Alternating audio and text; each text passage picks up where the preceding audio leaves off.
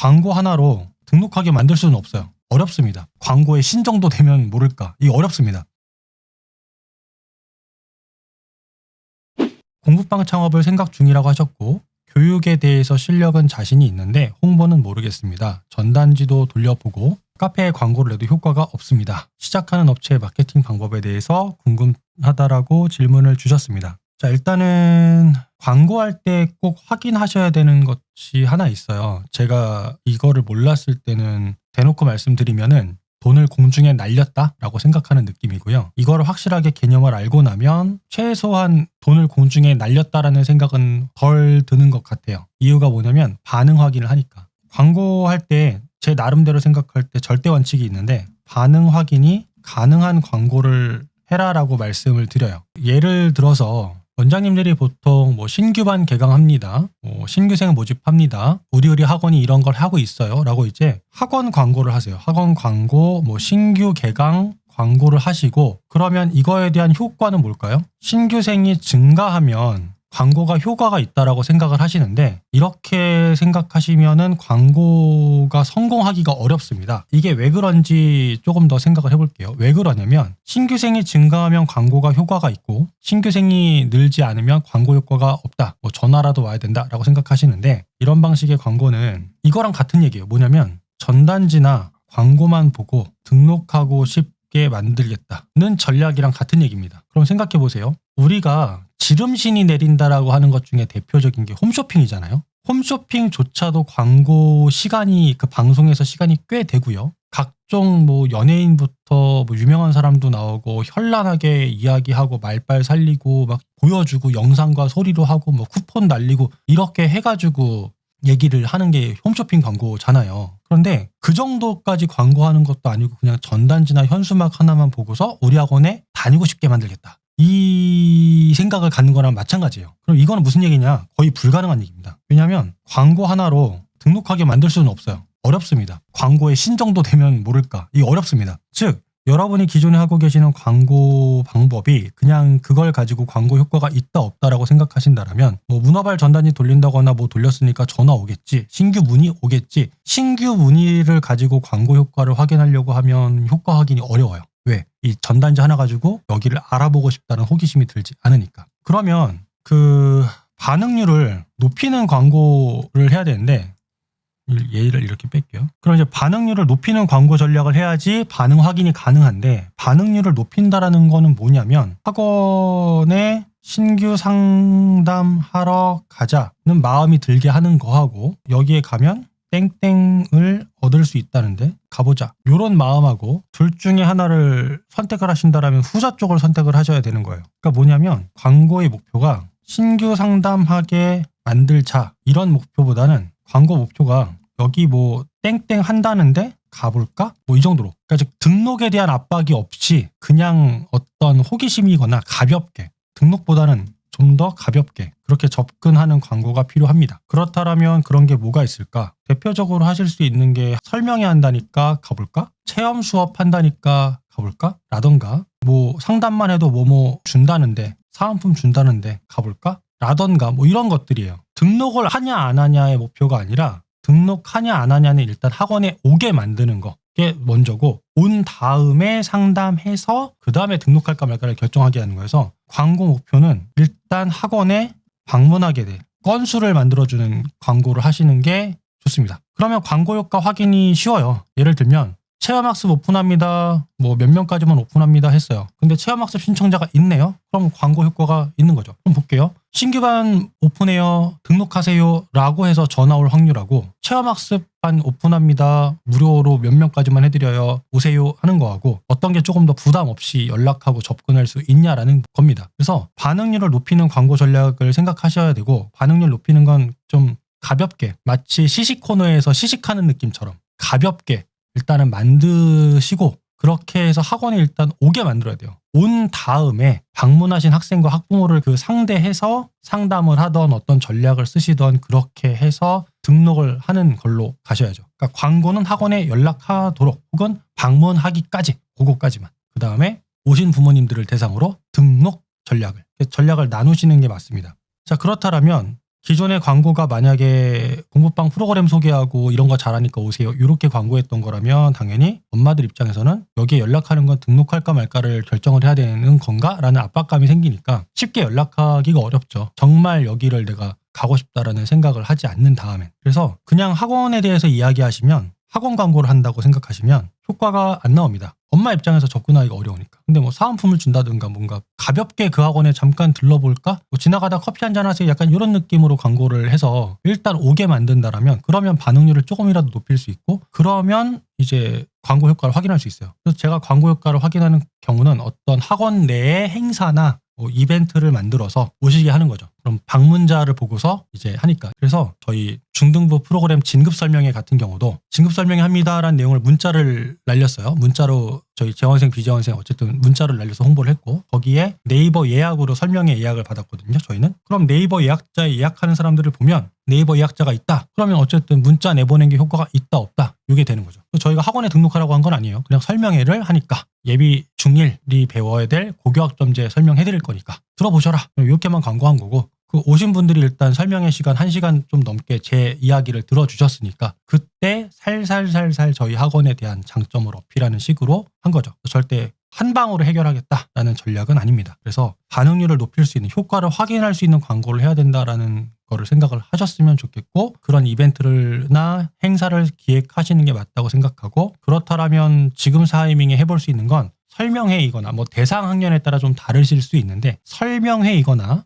아이의 성향이나 성격이나 성적이나 공부 뭐 이런 기타 등등에 대한 세밀한 진단을 해준다거나, 어쨌든 그런 행사를 만들어서 광고하시는 게 맞고요. 광고를 갖다가 단계적으로 그래서 하라는 말씀을 드렸던 건데, 그럼 지금 상태에서 이 공부방 창업인데 어떻게 광고해야 될지 모르겠습니다 라고 하는 광고에서 광고 내용의 관점 변화라고 말씀을 드리고, 핵심적인 내용만 말씀을 드릴게요. 무슨 얘기냐? 예를 들면 뭐 고등부 원장님들 같은 경우 수시 결과가 뭐 나오고 대입 결과가 나오니까 우리 학원에서 몇 명을 대학 보냈다, 뭐 이런 얘기를 하세요. 자, 그러면 예시를 들어볼게요. 대입 결과로 광고할 경우, 자, 대다수 원장님들의 사례는 어떻게 광고하시느냐? 보통 그런 얘기를 하십니다. 우리 학원에서 2022년도 대학 진학률 땡땡대 땡땡명 뭐 이런 걸로 광고를 하시죠. 그쵸? 그럼 이런 광고는 고등부를 하시는 원장님 중에 대입 결과를 가지고 계시다라면 다 이런 얘기를 광고하실 거잖아요. 그럼 엄마들이 이거를 보고서 어느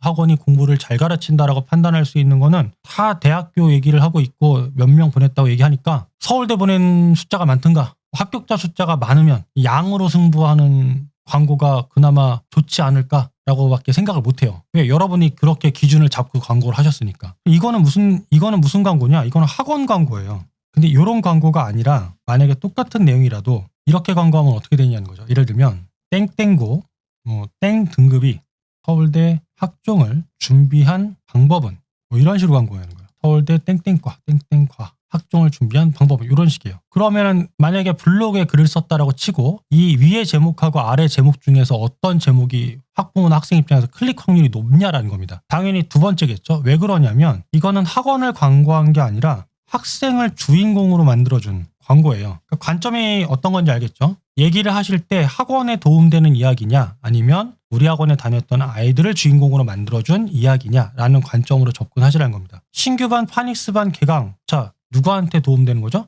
원장님한테 도움되는 거예요. 왜? 개강했는데 애들이 들어오면. 근데 만약에 똑같은 얘기도 초등학교 3학년에 지금 파닉스를 배우려면 신경 써야 할 것들, 뭐 이런 식으로 얘기하게 되면 이거는 누구한테 포커스를 맞춘 거죠? 초등학교 3학년 파닉스를 시작하는 아이들한테 포커스를 맞추고 그 아이들을 주인공으로 만든 광고예요. 학원 얘기가 아니죠. 그냥 그 아이 이야기예요. 그러면 그 아이 이야기를 잘 듣다 보면 결국 어디에 집중합니까? 그 아이를 주인공으로 만들어준 그 뒤에 은막의 그 조종자는 누구냐? 그게 이 학원이 되는 겁니다. 늘상 말씀드리는 게 뭐 스타워즈의 제다이가 되려고 하지 말고 요다가 되라. 제가 이제 수업할 때 한 얘기인데, 그럼 이제 다들 웃으세요. 요다가 되라고? 요다가 되라. 뭐 해리포터가 되지 말고 덤블도어 스승님이 되셔라. 해리포터 영화의 주인공은 해리포터예요. 하지만 해리포터가 성장할 수 있게 도와준 건 덤블도어죠. 그건 누구나 인정하지 않습니까? 그래서 아이를 주인공으로 만들어준 광고를 하셔야지, 광고를 보면서 읽을 만한 이유가 있고 끝까지 보게 되는데, 대다수가 우리 학원에서 이런 우수한 교재를 써요, 이렇게 우수한 프로그램을 써요, 애들이 몇 달 만에 이렇게 성적이 올랐어요,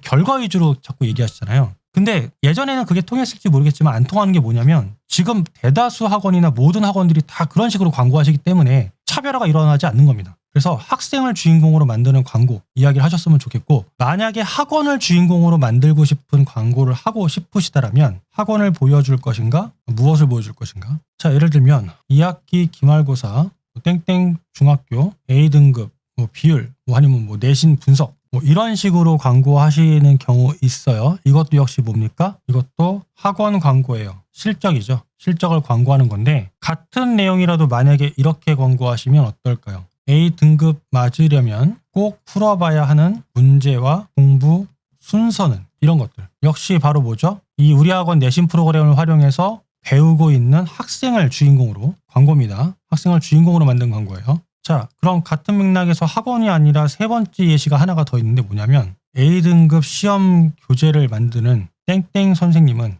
왜 새벽 1시까지 교재를 편집했을까? 이런 것들이요. 이런 식으로 하는 건데 이거는 어떤 느낌의 광고냐면 이것도 학원 광고이긴 한데 요건 좀 결이 어떻게 다른 거냐면 학원을 광고한 게 아니라 학원 광고이지만 눈에 보이는 사람을 주인공으로 만든 광고입니다. 우리가 광고를 할 때에는 그 사람 머릿속에 이미지를 심어줘야 된다라는 생각들을 하시게 될 텐데 이미지를 심는다라는 건 상상이 빠르게 해결이 돼야 되거든요. 그럼 생각해 볼게요. 아이폰 그러면 여러분 머릿속에 아이폰 형상 떠오르실 거고, 갤럭시 폴드 그러면 그 핸드폰 모양이 머릿속에 떠오르시겠죠. 이런 사물들은 얘기하면 머릿속에 바로바로 그림이나 사진이 탁탁 떠오르실 겁니다. 근데 땡땡 학원 떠오르나요? 안 떠오릅니다. 왜? 브랜딩이 그 정도까지 되어 있지 않으니까. 그러면 그렇게 안 떠오르면 어떻게 하는 거냐? 차라리 사람을 가지고 광고하는 게 맞아요. 사람을 가지고 광고하는 게 맞습니다. 아이들한테 물어보면 그 평균값이라는 이미지가 있는데, 얘들아 수학 선생님은 어떤 옷을 많이 입을 것 같아? 어떤 색상을 좋아할 것 같아? 그러면 이제 애들마다 수학 선생님이 패션 스타일이라든가 체육 선생님 하면 떠오르는 패션 스타일이라든가 영어 선생님 그럼 떠오르는 패션 스타일이 어느 정도 있어요. 꼭 그렇지 않은데도 이렇게 정형화된 이미지 같은 것들이 있더라고요. 그런 것처럼 우리 학원의 땡땡 선생님을 캐릭터화 삼아서 원장님이면 원장님이 직접 하시는 거죠. 원장님이 스스로 원장님을 광고하는 거죠. 원장님의 광고. 예를 들면 유명한 그 식당을 가면 그 식당에 굉장히 오래되고 전통이 있는 곳 같은 경우는 요리사 분을 갖다가 이제 광고하는 경우 있잖아요. 대표적인 게 백종원이 하는 모든 프랜차이즈 브랜드는 백종원 얼굴을 받고 백종원이라는 이미지로 광고하는 것처럼. 그러면 만약에 새로운 김치찌개집이 생겼어요. 근데 새로운 김치찌개집에 백종원이 있으면 사람들은 다 뭐라고 얘기합니까? 야, 김치찌개집이래! 가자가 아니라 백종원이 만든 김치찌개라는데 가볼까? 이렇게 되는 거잖아요. 그래서 원장님을 이미지 메이킹 하는 것도 역시 광고 툴 중에 하나입니다. 브랜딩화 시키는. 그래서 공부방을 하신다라면 내가 왜 이 공부방을 하게 됐고, 내가 왜 교육에 대해서 실력에 자신이 있고, 어떤 과정을 밟았길래 내가 자신이 있을 수밖에 없는지, 이런 원장님의 히스토리를 에피소드 삼아서 그런 이야기를 블로그 같은데 꾸준히 쌓아가시면서 그 글을 꾸준히 읽으신 학부모들이 여기 원장님은 이런 사람일 것 같아 라고 머릿속에 그려지게 만드는 작업이 필요한 겁니다. 그런 게 되었을 때 어느 정도 브랜딩이 돼요. 그럼 이걸 갖다가 조금 더 디테일하게 나가게 되면 마치 아이돌 그룹을 데뷔시키는 것처럼, 아이돌 그룹 데뷔할 때 생각해보세요. 멤버가 있으면 멤버마다 패션도 다르고 머리 색깔도 다르고 표정도 다르고 캐릭터도 다르고 자기만의 강점이나 이게 다 있지 않습니까? 개인기도 다르고. 그런 것처럼 사람을 각인시키려고 하는 거에 극대화를 시킨다면 그런 식인 거예요. 원장님의 말투, 표정, 제스처, 패션 이런 것들이 어느 정도 되게 되면 딱 굳어지게 되는 거죠. 그런 것들이 쌓였을 때 학원만의 광고가 되는 거지 그냥 맘카페 올리고 전단지 돌린다고 다 되는 건 아닙니다. 그런 것들을 좀 고민하셨으면 좋겠고, 이런 방법들을 공부를 좀 해 나가시면 어떨까라고 생각을 합니다. 물론 이제 말씀을 드릴 때는 이게 필요합니다, 이렇게 하셔야 됩니다라고 말씀을 드리는데 저조차도 이게 쉽지 않은 거라는 건 알고 있습니다. 왜냐하면 제가 이걸 가르치고 있으니까 쉽지 않은 거라는 걸 알고 있는데, 그래서 성실사라고 하는 과정을 통해서 여러분들이 들어와서 배우시는 분도 있지만 안 되시거나 시간이 안 되시는 분은 최소한 책 좋은 거 많잖아요. 저도 왜냐하면 책을 보면서 많이 공부했던 것들이니까.